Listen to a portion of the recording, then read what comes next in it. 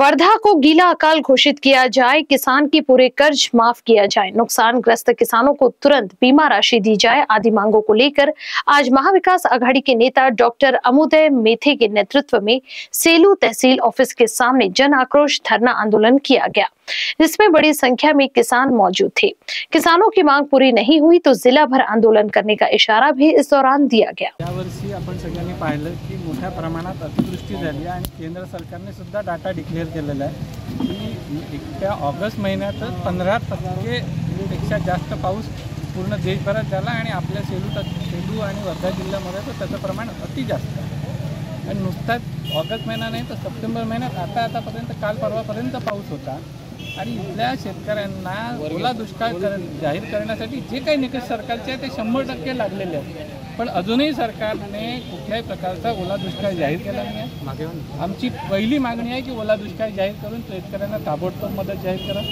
दुसरी मागणी आमची आहे की कर्जमाफी जाहीर करा, कारण की आज या सगळ्या याच्यामुळे रब्बीसाठी लोकांना इथे तर बँक नाही आहे, बँकांचे कर्ज 50% पेक्षा कमी वाटप झालेले आहे आणि रब्बीसाठी जर का कर्ज काढायचं झालं तर त्या सावकारांकडे जावं लागतं आणि सावकार 10 ते 20% व्याजाने आपल्याला कर्ज घ्यावं लागतं। तो शेतकरी जगणार कसा? एवढं सगळं करून आम्ही जर का भाव उत्पन्न घेतलं तर त्याचे भाव जेव्हा आम्ही सरकारचं आंदोलन आहे तर जसं अविनाश भाऊंनी म्हटलं अगदी बरोबर आहे की येणाऱ्या काळामध्ये आपल्याला त्या आंदोलनाची तीव्रता वाढवावी लागेल आणि हे आंदोलन आपलं आहे, तुमचं माझं नाही आहे, इथे बसलेल्या या नेत्यांचं नाही आहे, हे तुमचं आमचं आहे। तुम्हाला माहित आहे की तुम्हाला किती अडचणी आहेत। आम्ही ज्या मागण्या इथे उपस्थित केल्या त्यातली एक तरी मागणी चुकीची आहे का? मी ओला दुष्काळासाठी पहिलं निवेदन मला असं वाटतं 11 ऑगस्टला दिलं होतं।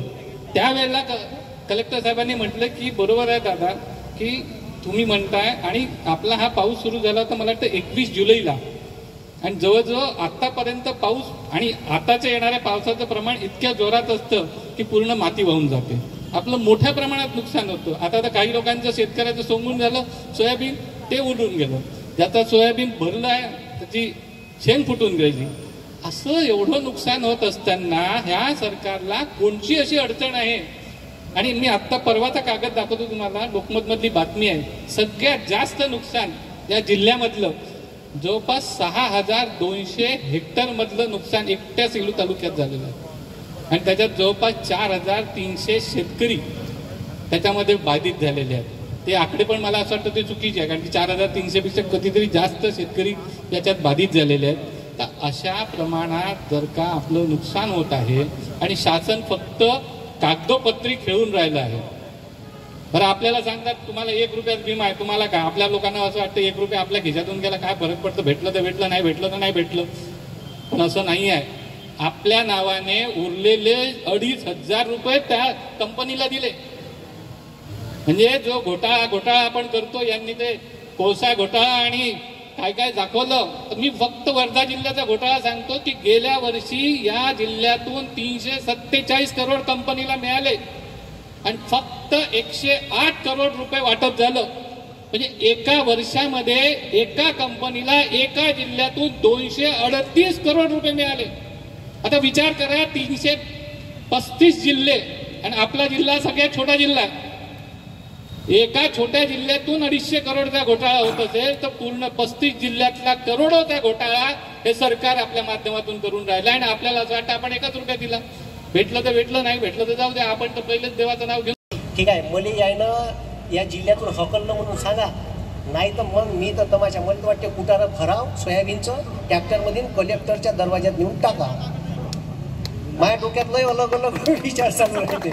एखाद्या दिवस जास्तच पाणी गेलं तर याचंही आपण प्लॅनिंग करू, त्याच्यामुळे सरकारनं बरोबर इज्जतीत राहावं एवढीच अपेक्षा करतो। शेतकऱ्याच्या बाजूचे निर्णय घ्यावे, नसन घेत तर मग आपण आहेच सोबत, ठीक आहे। तर मला इथे बसाले तो बिचारा रात्रंदिवस एक करते, साले त्याला 8 तास पाहिजे, त्या उद्योग धंद्यावाल्याला 24 तास लाईन आहे, त्याला 8 तास लाईन आहे, हे रात्री देते। आता चना पेरल्या म्हणून रात्री 2:30 वाजता स्प्रिंकलर पलटवायला जावं लागते। माझ्या सोबती होता सचिन नावाचा, त्याने कारा न्यूज के लिए अनिल गावंडी की रिपोर्ट। नमस्ते, देखो हम आदिवासी है, हम कर्नाटका मैसूर से हम आदिवासी होते हैं। हम जंगल में जाकर 108 जड़ी बूटी लगा कर और हाथों से तेल बनाना होता है। ये तेल लगाने से अपने दिन में 10 बाल 15 बाल झड़ रहे हैं ना, 5-6 दिन में बाल झड़ना टूटना रुकावट करेगा। इधर से झड़ गया है ना, उधर से नया बाल उगता है, नया बाल उगता है, गंजापन हो गया, गंजापन के नया बाल उगता है। माथे में डेंड्रॉफ, खुजली, दूसरी, फोंडा कुछ भी रहते तो 5 दिन में हट जाएगा सर, हट जाते हैं। इसी तरह 108 जड़ी बूटी हम डालते हैं, यही तेल बनाने का तेल होता है। ये हमारा तेल ओरिजिनल आदिवासी का तेल चाहिए तो महाराष्ट्र में आपको चाहिए तो मिलता है।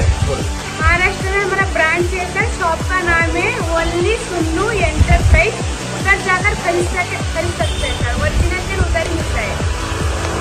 कर्नाटक के पक्षीराजपुरा गांव की हक्की पिक्की जनजाति द्वारा 108 सूखी और हरी जड़ी बूटियों को मिलाकर बनाया जाता है। ये आदिवासी लोग सालों से इस तेल का इस्तेमाल करते आ रहे हैं, इसलिए आज तक इन्हें बालों से जुड़ी कोई भी समस्या नहीं हुई है। इस तेल से बालों का झड़ना, गंजापन, बालों का कमजोर होना जैसी दर्जनों समस्याएं चुटकियों में ठीक हो जाती हैं। इतना ही नहीं, ये तेल बालों को घना करता है, नए बाल उगाने और बालों को लंबा करने में भी मदद करता है। अभी तक लाखों लोग इस तेल का इस्तेमाल करके अपने बालों की दिक्कतों को दूर कर चुके हैं। एजेंसी जॉब और डिस्ट्रीब्यूशन के लिए संपर्क करें 9022253208 या 8263986166। अब अपनी मुस्कुराहट को और खूबसूरत बनाएं सिर्फ डॉक्टर पाटल्स क्लिनिक के साथ, जहां महज 50 रुपए में होगी आपकी दांतों की जांच। डॉक्टर पाटल्स क्लिनिक जो देता है मुफ्त और किफायती दामों में अन्य स्वास्थ्य सेवाएं भी। तो देर किस बात की, अभी विजिट करें doctor Patil's general and dental clinic, Shahanshah Chowk, आशीर्वाद नगर, बड़ा ताजबाग के पीछे, नागपुर। अधिक जानकारी के लिए संपर्क करें 7276358858 पर।